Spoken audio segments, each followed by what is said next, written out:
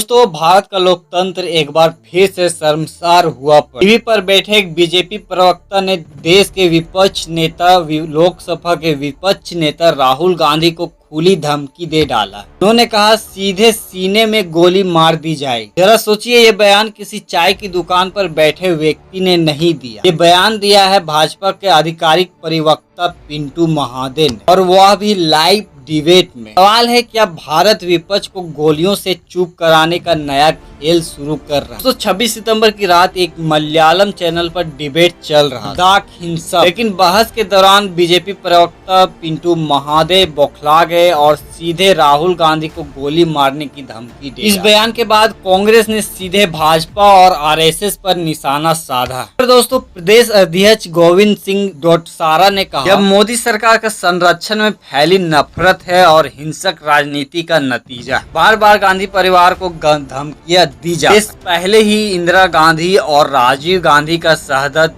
झेल चुका है। अब विपक्ष नेता को गोली मारने का धमकी देना लोकतंत्र पर हमला। पूर्व मुख्यमंत्री अशोक गहलोत कहे, लोकतंत्र में इस भाषा का कोई जगह नहीं। भाजपा महंगाई, बेरोजगारी और भ्रष्टाचार पर जवाब देने से डर रहा है। राहुल गांधी जनता का समर्थन पा रहे हैं और इससे भाजपा बौखलाई। दोस्तों, कुछ महीने पहले सीआरपीएफ ने राहुल गांधी की सुरक्षा को लेकर पत्र लिखा। उस पत्र को भी लीक कर दिया गया था। आज कांग्रेस कर रही है, यही महज इस्तीफा नहीं है। पहले सुरक्षा को कमजोर करो, फिर धमकियों को सम्मानीय बनाओ, और अब खुले आम टीवी पर गोली मारने की बात। दोस्तों, इस पर पवन खेड़ा ने कहा, यह कोई साधारण घटना नहीं, यह साफ साफ एक साजिश है। राहुल गांधी को पहले गालियों से चुप कराने की कोशिश हुई और अब गोलियों की धमकी दी जा। जरा सोचिए, यही धमकी किसी बीजेपी नेता को दिया जाए। टीवी चैनल्स पर 24 घंटे तक चीख कर बहस होता है और पुलिस तुरंत केस दर्ज करती है। लेकिन यह मामला विपक्ष नेता का है, अब तो भाजपा चुप, सरकार मौन है। गृह मंत्री अमित शाह ने कोई भी बयान नहीं दिया। इस चुप्पी का मतलब सहमति है, या फिर भाजपा प्रवक्ता अपनी जुबान चला रहे, या फिर इस लाइन को कहीं ऊपर से लीक कर दिया गया था? दोस्तों, भारत का लोकतंत्र बहस पर टिके, लेकिन जब सत्ता बहस हार जाती है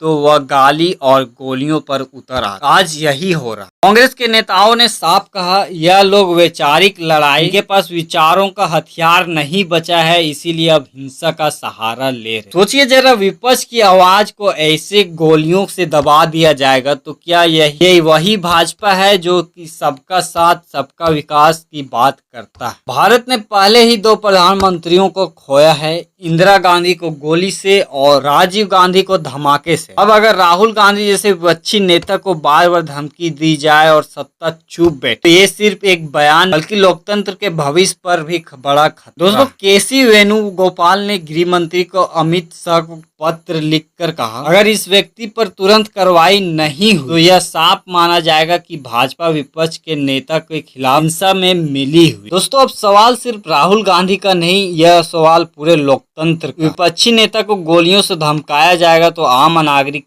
कितना सुरक्षित? अगर सत्ता में बैठे लोग चुप रहेंगे तो क्या हम मान लें? दोस्तों, ये लड़ाई राहुल गांधी का सुरक्षा से कई बड़ी, यह लड़ाई भारत के लोकतंत्र की सुरक्षा की। आज सवाल सिर्फ एक प्रवक्ता का नहीं, सवाल है कि क्या भारत अब विपक्ष की आवाज गोलियों से दबाई जाएगी? सत्ता इतनी डर गई है कि बहस छोड़कर धमकियों पर उतर गए। याद रखिए दोस्तों, लोकतंत्र गालियों से नहीं टूटा, गोलियों से भी नहीं टूटे। लेकिन यह देश का जानना चाहता है, मोदी साहब भाजपा किस राह पर ले जा रहे हैं।